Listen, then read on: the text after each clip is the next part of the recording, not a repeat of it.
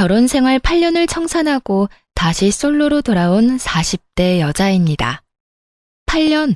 이렇게 보니 그 인간 같지도 않은 인간이랑 오래도 살았다는 생각이 드네요. 진작 그런 인간이란 걸 알았다면 8년은커녕 결혼조차도 하지 않았을 텐데요. 이제 와서 후회한다고 한들 없던 일이 되는 것도 아니고 이미 엎질러진 물이니 앞으로 남은 인생이나마 최선을 다해 살아가 보려고 합니다. 오늘 마지막으로 하소연을 좀 하고 말이죠. 그러면 길고도 긴 저의 이야기 들어보실래요? 저와 남편은 결혼한 지 8년이 된 부부였어요. 저흰 둘 다 아이를 원하지 않았습니다. 다행히 저희의 의견을 시댁과 친정에서 존중해주는 분위기였죠. 그렇기에 각자 회사 다니며 결혼 생활을 즐기고 있었습니다. 결혼한 지 8년이나 됐지만 크게 부딪히는 일 없이 화목한 가정을 꾸려나갔죠. 남편이 워낙 다정한 사람이라 거의 싸우는 일도 없었어요. 게다가 저보다 친정에서 더 신경을 써주는 사람이라 늘 남편에게 고마웠죠. 오늘 장모님 건강검진 가시는 날인 건 알지? 어? 그게 오늘이야? 어이구, 어떻게 그걸 잊냐. 당신 그럴 줄 알고 나 오늘 연차 냈어. 내가 모시고 다녀올게. 정말? 고마워. 어떻게 그걸 잊을 수가 있지?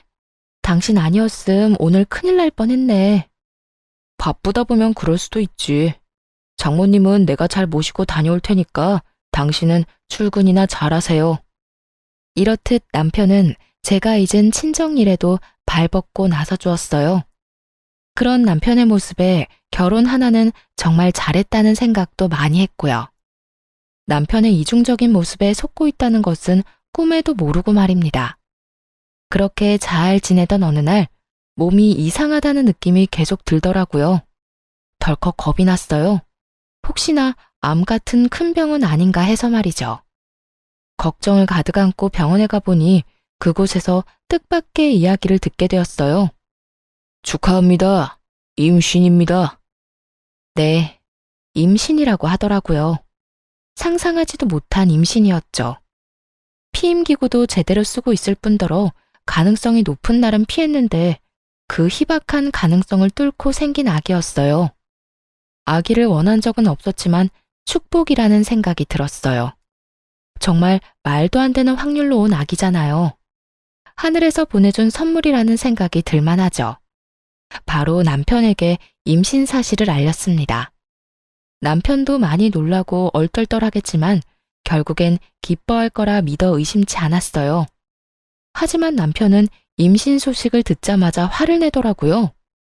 뭐? 임신? 임신이래. 이게 무슨 일인가 몰라. 조심하기도 하고 나이도 많아서 그런 쪽으론 전혀 생각하지 못했는데. 무슨 여자가 날짜 계산도 제대로 못해서 이사다를 만드는 거야? 우리 아이는 같이 말자고 했었던 거 잊었어? 이제 어떻게 할 거야? 남편의 말을 듣고 있자니 섭섭한 마음이 확 들더라고요. 아무리 임신 계획이 전혀 없었던 상황이라고 한들 말이죠.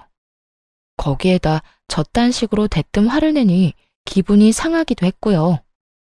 당신은 무슨 말을 그렇게 해? 내가 무슨 임신이 하고 싶어서 안달난 사람이야?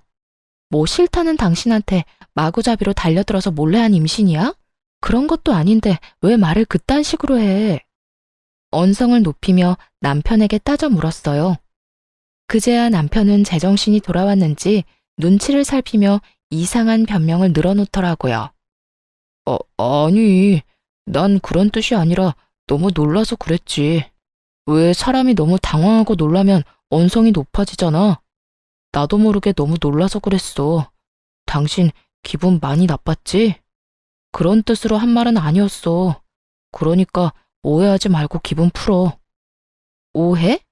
당신 같으면 오해를 안 하게 생겼어? 아무리 놀랬다고 해도 어떻게 그런 말을 해? 축복은 못 해줄 망정 뭐? 이제 어떻게 할 거냐고? 그래, 말 한번 잘했네. 내가 어떻게 해주면 좋을 것 같아? 어떻게 해줄까? 그런 뜻이 아니었다니까. 여보, 내가 정말 실수했어. 미안해. 남편은 계속해서 미안하다고는 했지만 아기에 대해선 아무 말도 안 했어요. 낳자거나 낳지 말자거나 아무것도 말하지 않더라고요. 아니, 아예 임신에 대한 언급 자체를 하지 않았어요. 대신 그 뒤로 남편은 임신이 달갑지 않다는 것을 온몸으로 표현하기 시작하더라고요. 휴가 때 가려고 계획했던 여행을 취소하려는 어느 날이었어요. 아무래도 임신 때문에 몸조심을 해야 했으니까요. 이번에 우리 여행 가기로 한 것도 취소해야겠지. 아무래도 비행기 오래 타는 건 무리일 거 아니야. 그래야 하지 않을까? 노산이기도 하고 역시 조심하는 게 좋을 것 같아.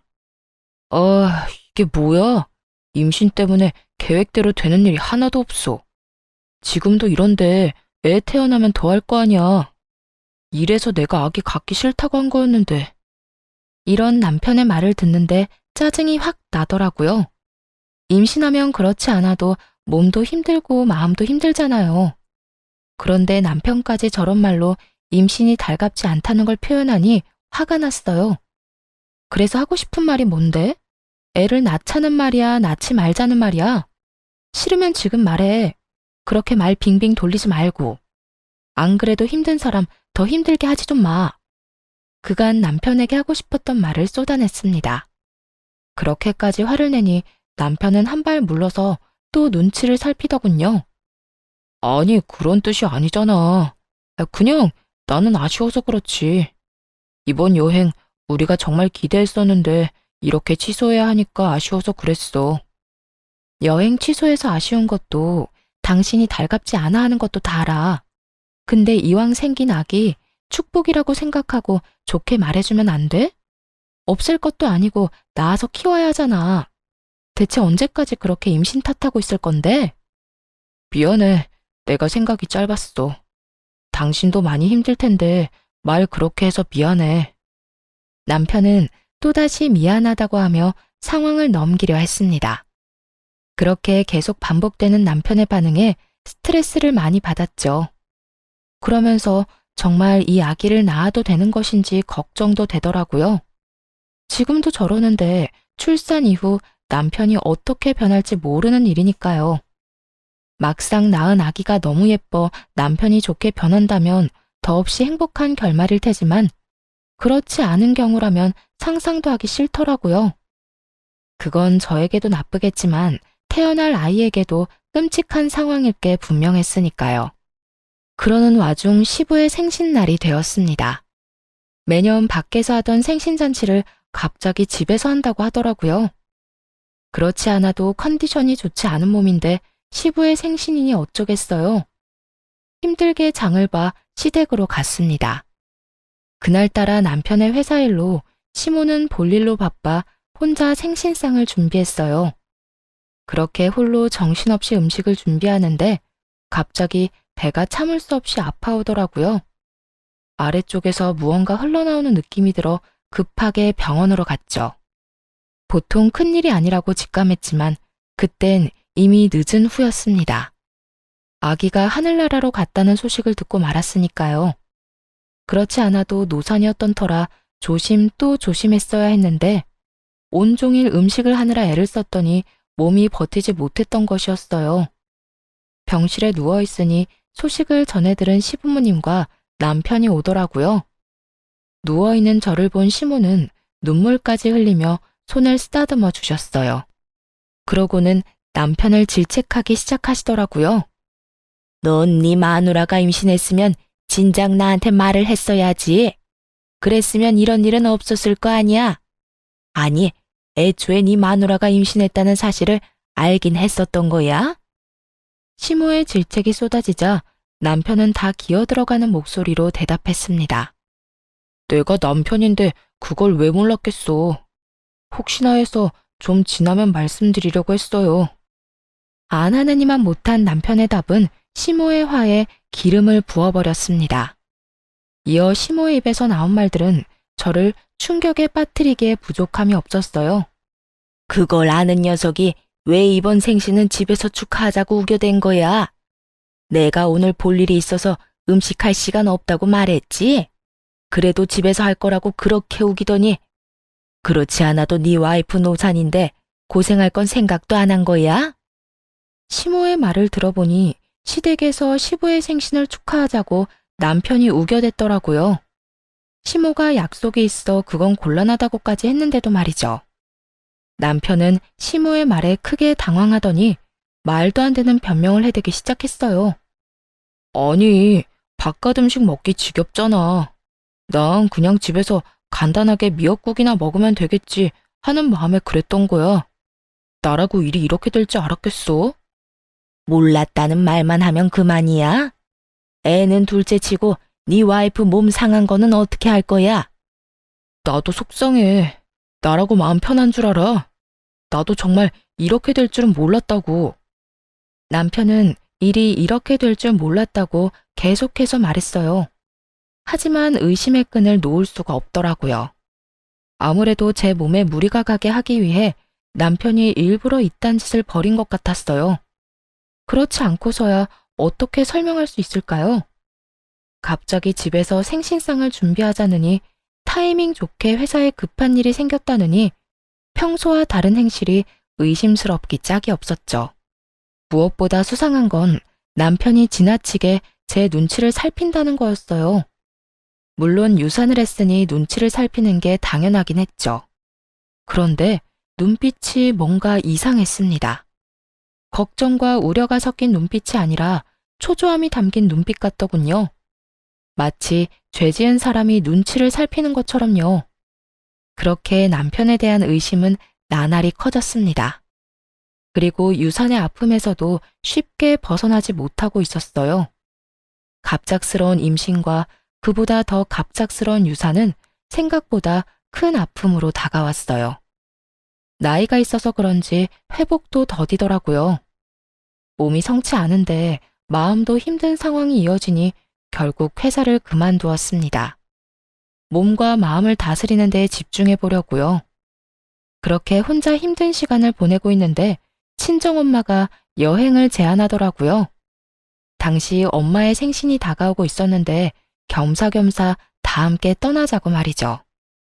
여보, 엄마가 엄마 생신 축하 겸 여행을 같이 가자는데 당신 시간 돼? 내가 이러고 있어서 엄마가 걱정되나 봐. 기분 전환이나 하고 오면 어떻겠냐고 하더라. 여행 가서 좋은 것도 보고 맛있는 것도 먹고 하면서. 여행? 좋지. 그렇지 않아도 당신 걱정되는데 다 같이 가면 좋겠네. 나도 회사에 말해서 휴가 쓸 테니까 장모님이랑 계획 세워봐. 4박 5일 정도면 되겠지? 그만큼이나 쉴 수 있어? 난 길어봤자 2박 3일 정도 생각했는데. 2박 3일이면 비행기에서 내려서 짐 풀자마자 다시 짐 싸서 돌아와야 해. 4박 5일은 돼야 좋은 거 보고 먹으면서 기분 전환을 하지. 회사에 미리 이야기하면 되니까 난 신경 쓰지 말고 당신 하고 싶은 대로 계획 짜. 경비도 신경 쓰지 말고 말이야. 계획 짜서 나한테 말만 하면 내가 다 예약할게. 남편은 하나부터 열까지 책임지겠다며 신경 써주려고 애를 썼습니다. 그런 남편의 모습을 보며 괜한 오해를 했나 하는 생각이 들더라고요. 또 몸과 마음이 워낙 힘드니 남편을 의심하는 데 에너지를 쏟기도 싫었고요. 여러 가지로 피곤했던 터라 애써 외면하고 싶은 마음도 있었던 것 같아요. 그렇게 여행 가는 날이 되었습니다. 그런데 당일 아침 남편이 곤란한 표정으로 이런 말을 하더군요. 여보, 어떻게 하지? 나 여행 같이 못 갈 것 같아. 오늘 회사에 중요한 미팅이 잡혀서 나도 참석해야 한다지 뭐야? 남편의 말을 듣자 절로 표정이 굳었습니다. 남편은 그런 제 얼굴을 보고는 자신의 휴대전화를 보이더라고요. 대리님, 오늘 오후에 급한 미팅이 잡혔어요. 아무래도 대리님 연차 다시 반납하시고 회사로 오셔야 할 것 같아요.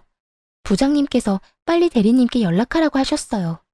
근 5년간 그 회사랑 거래했던 내역이랑 리스트 정리해서 보고서 올리라고요. 설마 벌써 비행기 타신 건 아니죠? 보시는 대로 빨리 연락 좀 주세요. 회사에서 온 연락은 한눈에 봐도 다급해 보이더라고요. 아쉽지만 그간 남편이 준비하던 일이 중요하다는 걸 알고 있었습니다. 그래서 더는 남편을 붙잡아두면 안 되겠다는 생각이 들었어요. 알겠어. 급한 일이라는데 어쩔 수 없지 뭐.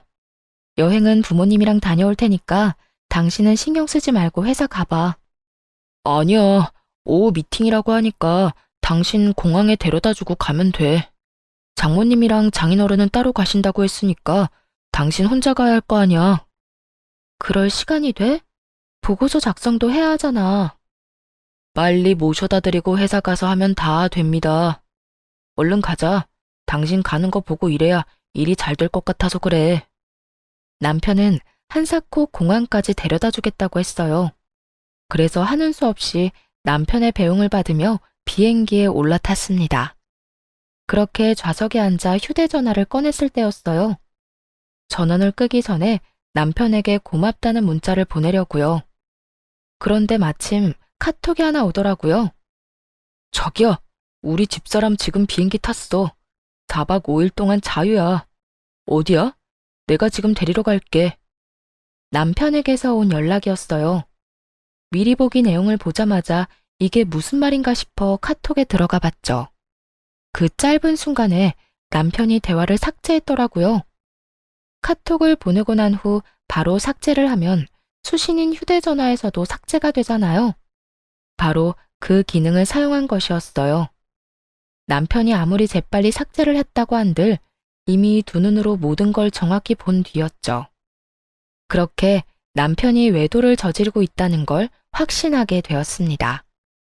더불어 오늘 회사에 급한 일이 있다고 거짓말하며 여행에서 빠진 이유도 알아버렸죠. 상간녀와 함께 좋은 시간을 보내기 위해서지 뭐겠어요. 모든 사실을 다 알게 되자 가장 친한 친구에게 재빠르게 전화를 걸었습니다. 그리고 대충 상황을 설명하며 흥신소를 통한 남편의 뒷조사를 부탁했습니다. 마음 같아서는 당장 비행기에서 내려 직접 그 추잡한 광경을 보고 싶었지만 그러면 부모님이 더 걱정을 하실 테니 차마 못하겠더라고요. 또 다른 곳으로 떠나 마음을 정리할 필요가 있기도 했고요. 그렇게 여행길에 올랐고 여행지에서 실시간으로 외도 증거들을 받아보았습니다. 그중 단연 충격적인 건 상간녀의 정체였는데요. 상간녀는 남편의 회사 신입 직원으로 남편보다 20살이나 어리더라고요. 그러니까 25살인 거죠. 두 사람이 만나기 시작한 건 반년 전쯤이라고 했습니다. 상간녀가 남편 회사에 들어오고 얼마 지나지 않았을 때였어요. 그땐 제가 임신을 하기 전이었거든요.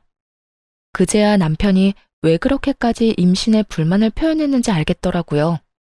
남편은 하루라도 더 빨리 이혼을 해서 그 젊은 상간녀와 살고 싶었던 거죠. 그런데 제가 임신을 하고 출산까지 해버리면 큰 차질이 생길 게 분명하잖아요. 그래서 그렇게까지 싫어했던 것이었어요. 이로써 무리를 하게 해 유산으로 이끈 것이 남편의 계획이었음이 확실해졌습니다. 일단 좋은 풍경을 보고 맛있는 음식을 먹으며 이혼을 계획했어요. 특히 복수의 칼을 더욱더 날카롭게 갈 수 있도록 해준 건 두 사람의 대화였는데요. 그 대화를 듣고 있자니 정말 이가 바득바득 갈리더라고요. 그러면 오빠 와이프는 지금 여행 간 거야? 오빠는 이 분위기 좋은 곳에서 나랑 스테이크나 썰고 있는 줄도 모르고? 회사에 급한 미팅 잡혔다고 말했지. 자기가 보내준 문자 보여주니까 감쪽같이 속던데. 지금쯤 장인 장모랑 좋은 시간 보내고 있을 거야. 4박 5일이라고 했으니까 그동안 나 이런 데 많이 데리고 가줘야 해. 이런 데만 데리고 가겠어? 백화점 가서 가방도 사줄게. 이럴 줄 알았으면 그냥 한 달 쉬다 오자고 할 걸 그랬어. 그러면 자기랑 여행도 다니고 좋았을 텐데. 비행기 추락사고 이런 거라도 일어났으면 좋겠다. 그러면 이혼을 어떻게 해야 할지 걱정 안 해도 될 텐데. 비행기 추락사고. 이 말을 듣는데 정말 온몸에 소름이 다 돋더라고요. 어떻게 된 인간이 그런 말을 입에 올릴 수가 있는 것인지 아무리 어린 여자한테 미쳐있다고 해도 말이죠. 당장이라도 달려가 머리채라도 잡고 싶은 심정이었습니다. 그 뒤로 이어진 대화도 가관이었어요. 에이, 아무리 그래도 그건 아니지. 그나저나 나 이번에 기획안 제출하라고 하던데 오빠가 도와줄 거지? 당연하지. 우리 자기 일인데 내가 다 도와줘야지. 자기도 얼른 진급하고 자리 잡아야 하니까. 역시 오빠가 최고야. 그나저나 오빠 돈 이렇게 막 써도 돼? 오빠 와이프가 눈치채면 어쩌려고. 눈치? 퍽이나 그 여자가 눈치채겠다. 그 여자 지금 유산했다고 세상 온갖 슬픔을 혼자 다 떠안는 사람처럼 굴고 있어. 그런 사람이 나한테 신경 쓸 겨를이 있을 것 같아. 그리고 평소에도 정신이 워낙 없는 사람이었어. 오죽했으면 그 부모도 내가 다 챙겼을까. 책 잡히기 싫어서 다 챙기느라 내가 피곤해 죽겠다니까. 그랬습니다. 남편은 진심에서 우러나와 제 부모님을 챙긴 것이 아니었어요. 본인이 외도나 저지르고 있으니 부모님을 이용하고 있었던 거더라고요. 의심에서 벗어나기 위한 하나의 수단으로 말이죠. 모든 사실을 알게 된 후 이를 갈며 여행지에서 돌아왔습니다. 그날 바로 상간녀의 본가와 상간녀가 만나는 남자에게 외도 증거를 다 보내버렸어요. 알아보니 상간녀는 결혼을 약속한 사람이 있는 상태더군요. 남편은 그런 사실을 모르고 있는 모양이었고요. 그러니까 상간녀가 남편과 그런 관계를 맺고 있었던 이유야 뻔하죠. 그저 빠른 진급과 편한 회사 생활을 위해 나이 많은 남편을 만난 거 아니겠어요? 상간녀의 예비 남편은 바로 회사를 찾아가 한바탕 난동을 부렸다고 합니다. 가지고 있는 모든 외도 증거를 주었으니 예상한 대로였죠. 그러자 두 사람이 집으로 찾아왔더라고요. 그게 누구긴 누구겠어요. 만신창이가 된 남편과 화장이 다 번져 몰골이 엉망이 된 상간녀였습니다. 당신 진짜 미쳤어? 그딴 짓을 왜 한 거야? 미치지 않고서야 왜 그런 걸 보내서 이 상황을 만드냐고. 그러게, 아줌마 진짜 미쳤어요? 미치려면 혼자 곱게 미칠 것이지. 왜 남의 인생을 다 망쳐놓고 그래요? 미친 건 두 사람이지. 불륜이나 저지른 주제 어디서 감히 큰 소리야? 지금 무릎 꿇고 싹싹 빌어도 모자란 상황인 건 몰라? 내가 왜 무릎을 꿇어요? 뭘 잘못했다고? 아줌마 남편이 먼저 나한테 만나자고 했어요. 남편 하나 못 휘어잡은 주제에 누구한테 무릎을 꿇으라 말아야? 상간녀는 정신이 나가버린 사람처럼 악다구니를 써댔습니다. 그래서 눈 하나 깜짝 안 하고 그런 상간녀에게 겁을 주었죠. 야, 너 이제부터 말 한마디 한마디 잘 생각해서 하는 게 좋을 거야. 너 지금 결혼만 깨졌지? 과연 이게 마지막일 거라고 생각해? 네가 지금 어떻게 행동하냐에 따라서 네 미래가 달라질 거야. 나 시간 많거든? 내가 여기서 더 많이 화가 나잖아. 그러면 나 평생 너 쫓아다니면서 네 앞날에 똥칠해줄 수 있어. 네가 결혼한다고 하면 그 식장에 가서 난동을 피울 거고, 네가 재취업을 한다고 하면 그 회사에 찾아가서 뒤집어 엎어버릴 거야. 그러니까 그런 꼴 당하기 싫으면 그냥 입 다물고 있어. 상간녀는 할 말이 없는지 그저 씩씩거리며 노려보고 있었습니다. 그런데 이번엔 남편 놈이 뚫린 입으로 말 같지도 않은 말을 해대기 시작하더군요. 틀린 말 한 게 하나 없는데 무슨 말을 그렇게까지 해? 무릎? 참 기가 막혀서. 당신이 가만히 있었다면 그깟 무릎 얼마든지 꿇어줬겠지. 그런데 당신이 그딴 짓을 벌이는 바람에 우리 두 사람 꼴이 우스워졌잖아. 당신 같으면 무릎을 꿇고 싶겠어? 도대체 왜 그런 짓을 한 거야? 우리 일은 우리끼리 조용히 대화로 해결하면 되는 거잖아. 왜 일을 이렇게까지 만들어? 어쩌면 인간의 탈을 쓰고 저렇게나 뻔뻔할 수가 있는지. 남편의 말을 듣고 있자니 무슨 큰 죄를 저지른 듯한 기분이었어요. 하지만 큰 소리를 치고 있는 남편에게 지지 않고 맞서주었죠. 내가 누구 좋으라고 대화로 문제를 해결해? 두 사람은 불륜 저지르면서 대화로만 사랑을 나눴어? 아니잖아. 온갖 추잡한 짓은 다 했을 거 아니야. 본인들은 그렇게 하고픈 거 다 하고 다녔으면서 뭐? 조용히 대화로 이 문제를 풀어내길 바란다고? 뻔뻔해도 너무 뻔뻔한 거 아니야? 정신 차려. 내가 아니라 네가 잘못한 거야. 네가 바람을 피운 거라고. 잘못은 네가 한 주제에 어디서 큰 소리를 쳐? 저 역시 남편을 향해 고함을 질러버렸습니다. 그러자 남편은 인상을 잔뜩 찌푸리더니 차라리 잘 됐다고 이혼하자고 하더군요. 됐다 됐어. 차라리 잘 됐어. 그냥 이혼하자. 어차피 당신이랑 이혼하려고 했는데 시간 낭비할 일 없겠어. 이렇게 된 거 무릎 꿇고 용서를 빌 필요도 없는 것 같고. 내가 그렇게 해봤자 당신도 마음 풀리지 않을 거 아니야. 그냥 깔끔하게 이혼해. 그래, 바라던 바야. 그런데 내가 진짜 궁금한 걸 참을 수가 없어서 하나만 묻자. 당신, 나 임신했을 때 아버님 생신상 차리게 만들었잖아. 그래서 유산까지 하게 된 것도 당신 계획이었어? 나하고 이혼할 때 걸림돌이 될까봐 일부러 그런 상황을 만들어낸 거니? 확신을 가지고 남편에게 물으면서도 내심 아니라는 말을 하길 바랬던 것 같아요. 그래도 사랑했던 사람인데 그 정도로 최악이란 사실을 받아들이기 힘들었으니까요. 하지만 바램과는 달리 남편은 모든 사실을 털어놓기 시작하더군요. 그래, 맞아. 이렇게 된 마당에 거짓말을 해봤자 뭐 하겠어? 당신이 생각한 대로 내가 다 계획한 거야. 당신이 무리를 하면 유산을 할 수도 있겠다고 생각해서 말이야. 그런데 정말 내 생각대로 다 될지는 몰랐어. 어처구니가 없더라고요. 그런 상황을 다 만들어 놓고선 정말 유산을 할지는 몰랐다니. 그것만 해도 충격이 큰데 남편은 더 충격적인 말을 이어서 해댔습니다. 이제 와서 하는 말이지만 유산한 거 사실 당신한테도 좋은 일 아니야? 난 당신이 무사히 출산을 했다고 하더라도 무슨 수를 써서든 이혼했을 거야. 그렇게 되면 당신도 당신이지만 그 애의 삶도 얼마나 처량하겠어? 그러니까 나 너무 원망만 하지 말고 차라리 다행이다 생각하고 살아.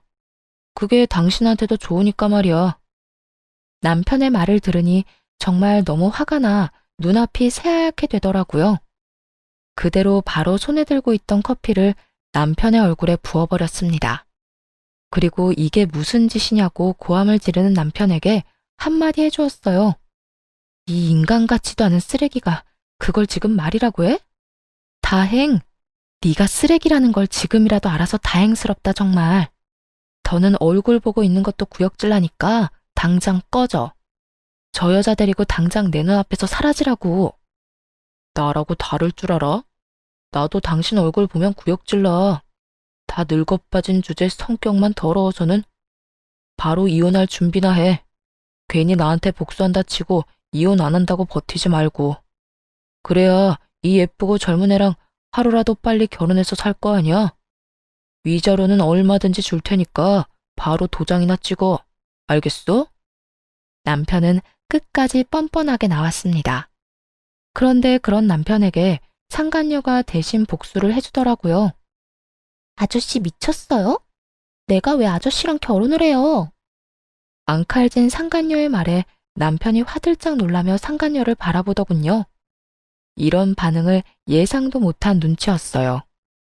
남편은 한치 의심도 하지 않았던 거죠. 20살이나 어린 상간녀가 자신을 진심으로 사랑한다고 말이에요. 그런 남편의 믿음을 상간녀가 산산조각 내기 시작했죠. 20살이나 늙은 유부남을 내가 정말 사랑했다고 믿은 거예요? 순진한 거야, 멍청한 거야. 아까 내 약혼자가 와서 사무실 뒤엎는 걸 봤잖아요. 그걸 보고도 내가 정말 아저씨를 사랑했다고 생각해요? 그러면 나하고는 왜 만난 거야? 날 사랑한다고 했잖아. 나랑 같이 살고 싶다며. 그 말을 다 믿었다니 이제 보니 멍청한 거네. 난 그저 아저씨를 이용해서 회사 생활 좀 편하게 하려던 것뿐이라고요. 그런데 이제 아저씨를 더 만날 이유가 있을까요? 회사에서 잘리게 생겼고 더는 회사 다닐 일도 없을 텐데요. 결혼은 무슨? 다신 아저씨랑 만날 일은 없을 거예요. 어디서 주제도 모르고 나하고 결혼할 생각을 할 수가 있는지.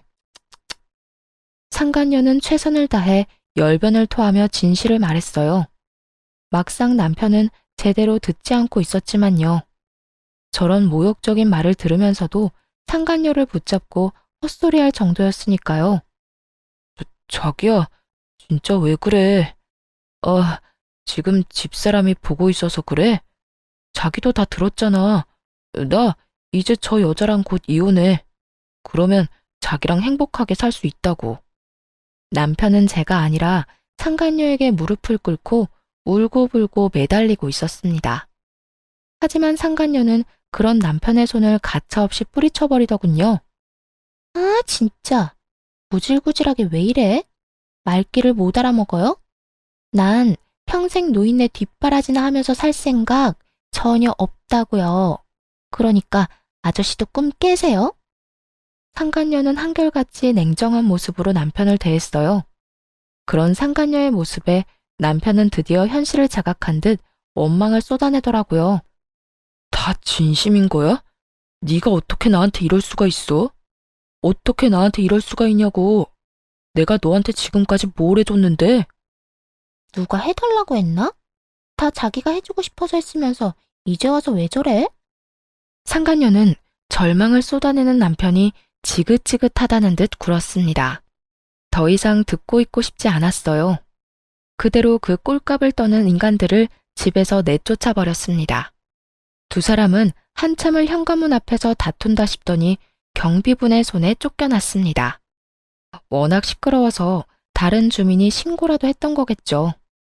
그 후 이혼 소송과 상간녀 소송까지 진행해 모두 승소를 했습니다. 덕분에 위자료를 받고 이혼할 수 있었어요. 상간녀는 끝까지 미안하다는 말 한마디 없었습니다. 중간에 남편이 설득을 어떻게 한 것인지 다시 사이가 좋아졌더라고요. 20살이나 많은 이혼남을 옆에 끼고 으스대는 꼴이 참 웃기지도 않았어요. 드디어 다 끝났네요. 받은 위자료로 새 출발 잘하세요, 아줌마. 난 아줌마가 이혼해준 덕분에 돈 걱정 안 하고 살 테니까. 백수 신세의 20살 많은 남자가 뭘 어떻게 해주려나? 과연 돈 걱정 안 하게 해줄지 모르겠네. 뭐 그렇게 생각해서 네 맘이 편하다면 그대로 살아.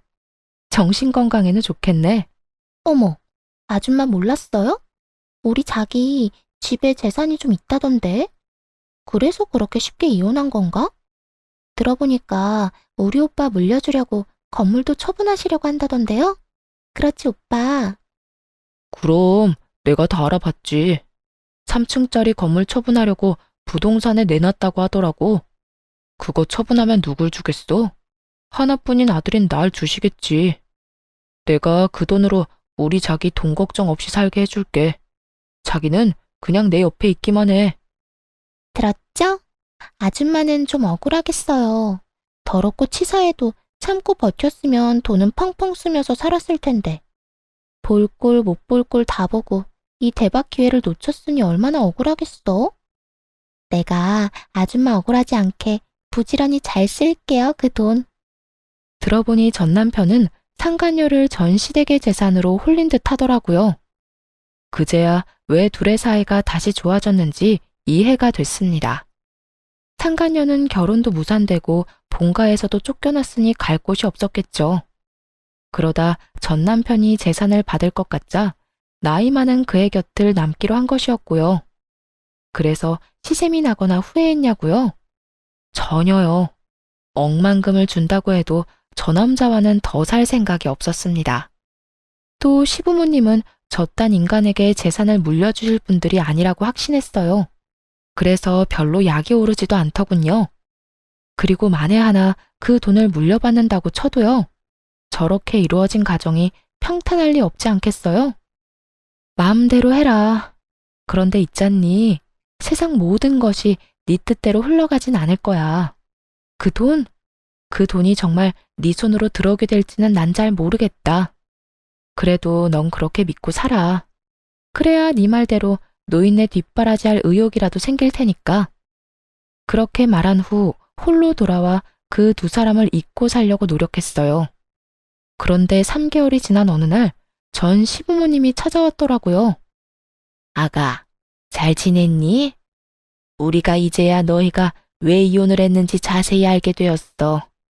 그동안 얼마나 마음고생을 했니? 전 시모는 이제야 모든 사실을 알았다며 눈물을 글썽이고는 손을 잡아주었습니다. 자세한 내막을 알려봤자 뭐하겠나 하는 생각에 연락도 하지 않았는데 어떻게 알고 온 건지 궁금해지더라고요. 저야 뭐 늘 똑같아요. 그런데 어떻게 그걸 아셨어요? 저의 물음에 전시모와 전시부는 한숨을 크게 내쉬었어요. 그러곤 잡은 손에 힘을 주며 말을 시작하더군요. 어떻게 알긴? 그 녀석이 그 여자애를 집으로 데리고 왔더구나. 와서 한다는 말이 얼마나 기가 막히던지. 뭐라고 하던가요? 저한테는 결혼할 거라고 하던데. 그래, 결혼할 거니까 우리 보고 돈을 좀 달라고 하더구나. 우리가 건물 처분한 건 어떻게 알고 찾아와서 돈을 달라고 하는 건지. 내 자식이지만 정말 이해가 안 되더구나. 그 젊은 여자애가 뭐가 모자라서 40이 넘은 아저씨 옆에 붙어 있겠어? 다 돈 때문인 거지. 그 녀석도 그걸 알긴 아는 모양인지 돈 내놓으라고 어린애처럼 떼를 쓰는데 할 수만 있다면 뱃속에 다시 넣고 싶은 심정이었어. 역시나 전 남편은 발이 빨랐습니다. 전 시부모님이 건물을 처분했다는 소식을 듣자마자 상간녀와 함께 찾아왔대요. 상간녀와 결혼할 거라고 말하면서 돈을 내놓으라고 닥달하기도 했고요. 두 분은 크게 실망하신 듯 했어요. 아들이 외도로 이혼당했다는 것만으로도 충격이 큰데 돈까지 내놓으라 하니까요. 그러셨구나. 많이 놀라셨겠어요. 놀라기만 했겠어? 나는 물론이고 네 시아버지까지 화가 머리끝까지 나서 쫓아내버렸다. 앞으로 우리가 죽었다는 소식이 들려도 찾아오지 말라고 했어. 너 같은 놈한테 줄 돈은 땡전 한 푼도 없으니까 말이다. 전 시모는 격양된 목소리로 이렇게 말하더니 무언가를 손에 쥐어주었습니다. 그건 바로 준비해오신 통장이었어요. 이게 뭐예요? 이거 네 거야. 언젠간 너희 부부한테 물려주려고 모았던 돈이랑 건물 처분한 돈 조금 넣었다. 깜짝 놀라 통장을 열어보았습니다. 그곳엔 예상보다 큰 금액이 찍혀 있더라고요. 다시 통장을 돌려드리며 차마 받을 수 없다고 했죠. 그런데도 전 시모는 다시 통장을 주며 받으라고 하시더라고요. 어머님, 이거 너무 많아요. 저 위자료도 받았고 이렇게 큰 돈은 필요 없어요. 필요 없기는 내 아들놈 때문에 유산이라는 아픔도 겪었지 않니? 또 그런 꼴까지 보고 이혼하게 됐는데 그까짓 위자료로 되겠어? 이 돈으로도 네 상처가 치유되지 않을 거라는 거 잘 안다. 그런데 이렇게라도 해야 우리 마음이 편해서 그래. 이런 것밖에 줄 수 없어서 미안하구나. 전 시모는 끝까지 손에 통장을 쥐어주셨습니다. 그러면서 당부의 말도 잊지 않으시더군요. 그리고 그 녀석이 널 찾아올 수도 있어. 그 여자애는 물려받을 돈이 없다고 생각되면 바로 그 녀석 버리고 도망갈 거야. 너도 봤으니 다 알겠지만 말이다. 그러면 그 녀석이 어딜 가겠어? 우리한테는 쫓겨나고 영까지 끊겼으니 널 찾아오지 않겠어? 만에 하나라도 널 찾아오거든 소금이나 뿌리고 쫓아내버려. 다신 찾아오지 말라고 말하면서 말이야. 전 시모는 끝까지 저의 편에 서서 저를 위한 말을 해준 후 돌아갔어요. 시간이 흐른 뒤 역시나 전 시모의 말처럼 전 남편 놈이 절 찾아왔더라고요. 이혼하자고 할 때는 그렇게나 뻔뻔하고 당당한 모습이더니 이번엔 잔뜩 불쌍한 척을 하며 앞에 서 있더군요. 여보, 오랜만이야. 여보 좋아한다. 너랑 나 이혼한 지가 언젠데 여보래? 그리고 왜 찾아왔어? 우리 다시는 보지 않기로 암묵적으로 약속한 거 아니었어? 상간녀랑 행복하게 살 테니 빨리 이혼하자고 한 사람이 당신이란 걸 잊었어? 아직도 그 일을 마음에 두고 있는 거야? 그게 언제적 일인데. 나 그 여자애랑 끝냈어. 막상 이혼하고 나니까 당신이 그리워서 안 되겠더라고. 그래서 끝내버렸어.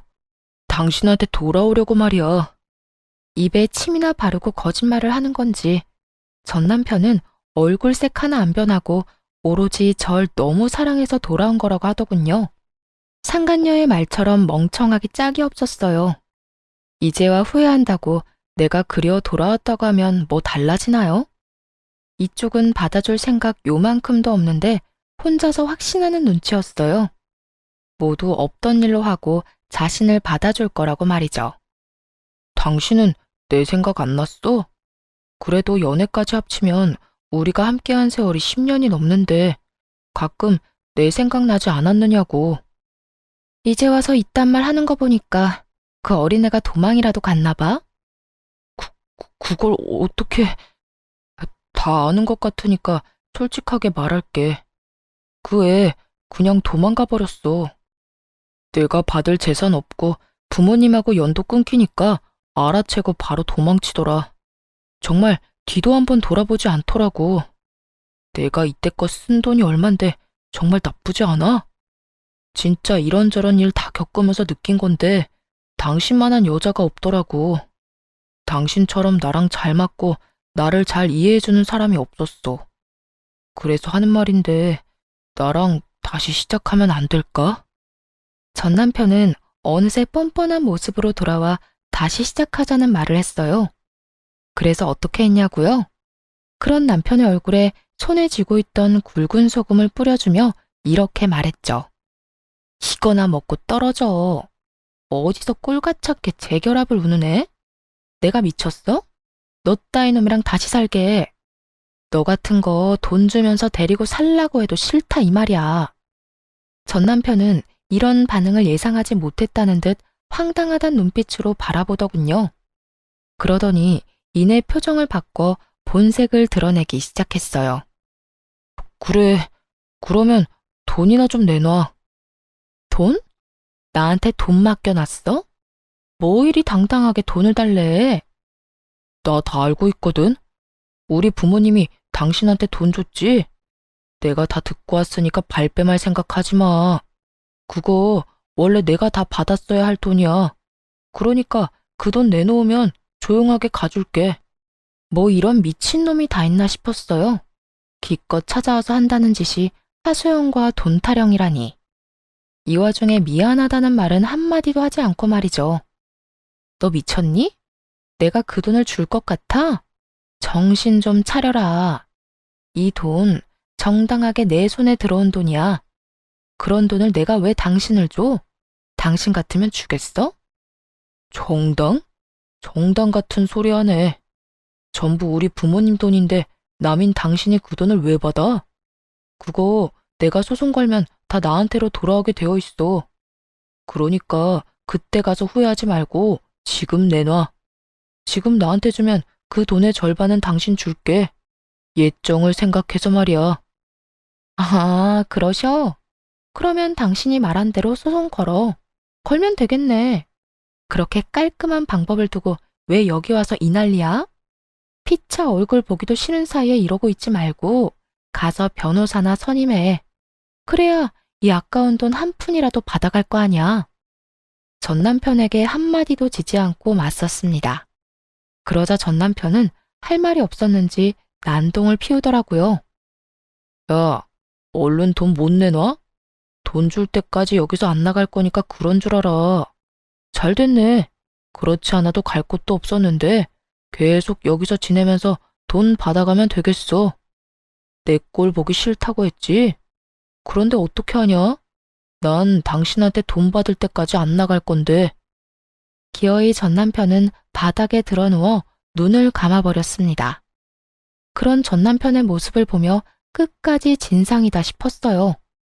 결국 경찰서에 신고를 해버렸고 전 남편은 경찰의 손에 의해 쫓겨나게 되었죠. 그런데 그게 끝이 아니었습니다.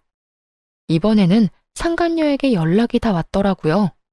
전 남편을 제발 좀 데리고 가라고 말이에요. 쫓겨난 전 남편이 이쪽으로 오는 대신 상간녀를 찾아가 진상을 부려댔나 봐요. 아줌마 남편 좀 데리고 가세요. 혼자 사는 거 힘들 텐데 저 남자라도 데리고 가서 살라고요. 내가 미쳤니? 너도 싫은 남자 나라고 좋겠어? 그러지 말고 잘 데리고 살아. 너 좋다고 그렇게까지 매달리는 남자 살면서 찾기 힘들다. 그러니까 네 운명이라 생각하고 잘 데리고 살아봐. 내가 미쳤어요? 그때야 받을 재산이라도 있다고 하니 한번 같이 살아볼까 했던 거지. 지금은 아무것도 없는 늙은 노인네 뭐 득될 게 있다고 데리고 살아요? 그러니까 그런 노인네를 나라고 데리고 살고 싶을 것 같아? 그리고 너 내가 한 말 잊었어? 여기서 더 열받게 하면 너 쫓아다니면서 네 인생에 똥칠한다는 말. 앞으로 펼쳐진 게 꽃길은 아니더라도 똥밭은 아니어야 하지 않겠니? 다신 나한테 연락하지 마라. 그리고 너 좋다고 찾아간 남자는 네가 해결해. 그 뒤로 겁이 나긴 했는지 상간녀에게서 연락 오는 일이 더는 없었어요. 그리고 반가운 소식을 하나 전해 들었는데요. 전 남편이 얼마나 끈질기게 상간녀를 찾아가 난동을 부렸는지는 몰라도 결국 구치소에 갇힌 신세가 되었다고 합니다. 그 이후의 소식은 들리지 않았고 저는 제 삶을 살고 있는 중입니다. 요즘은 시골로 내려와 정착해 살고 있는데요. 귀농해서 농사 짓는 게 적성에 딱 맞는 것 같아요. 작은 텃밭을 꾸리는 일이 참 재미있더라고요. 가끔 일이 있는 날엔 과수원에 나가 알바를 하기도 하고요. 여러 가지 소일거리를 하면서 블로그에 글을 쓰는 일도 하고 있습니다. 처음엔 마음을 달래고자 쓴 글이었는데 우연히 인기를 좀 얻었어요. 요즘엔 시골 생활을 하며 느낀 점을 쓰곤 해요. 그 덕에 여러 협찬이 들어오기도 하고 작지만 수익도 생겼습니다. 큰 돈을 버는 것은 아니지만 어차피 생활할 만큼의 돈은 있으니까요. 지금 생활이 만족스러워 한동안은 더 이렇게 지내보려고 해요. 처음에 시골로 간다는 소식을 전했을 때 부모님이 걱정을 많이 하셨거든요. 그런데 요즘은 이런 말씀을 하시더라고요. 사실 너 시골 간다고 했을 때 내심 걱정 많이 했어. 아무도 없는 곳에 혼자 내려보내도 되는 건가? 저러다 이상한 생각하는 건 아닌가 해서 말이야. 그랬어? 미안해, 걱정 끼쳐서. 미안하긴. 그런데 지금 보니까 너도 살아보려고 갔다는 생각이 들어. 아니, 이곳이 널 살렸다는 생각이 들어. 너 여기 와서 표정도 더 밝아졌고 많이 웃기도 하고 하여튼 여러모로 좋아졌어. 딸, 엄마는 우리 딸이 혹시나 그런 일 때문에 무너지면 어떻게 하나 걱정했어. 그런데 이렇게 보란듯이 일어나줘서 고마워. 요즘 우리 딸 너무 보기 좋다. 엄마에게 보기 좋다는 말을 듣는데 비로소 행복하다는 것이 느껴지더라고요. 사실 엄마의 말처럼 처음에는 죽지 못해 살려고 이곳에 오는 결정을 했거든요. 전 남편과의 이혼이 후회스러운 것은 절대 아니었고요. 그저 전 남편과 함께 했던 시간을 낭비했다는 생각에 너무 한탄스럽더라고요. 앞으로 가야 할 길을 잃은 기분이기도 했고요. 하지만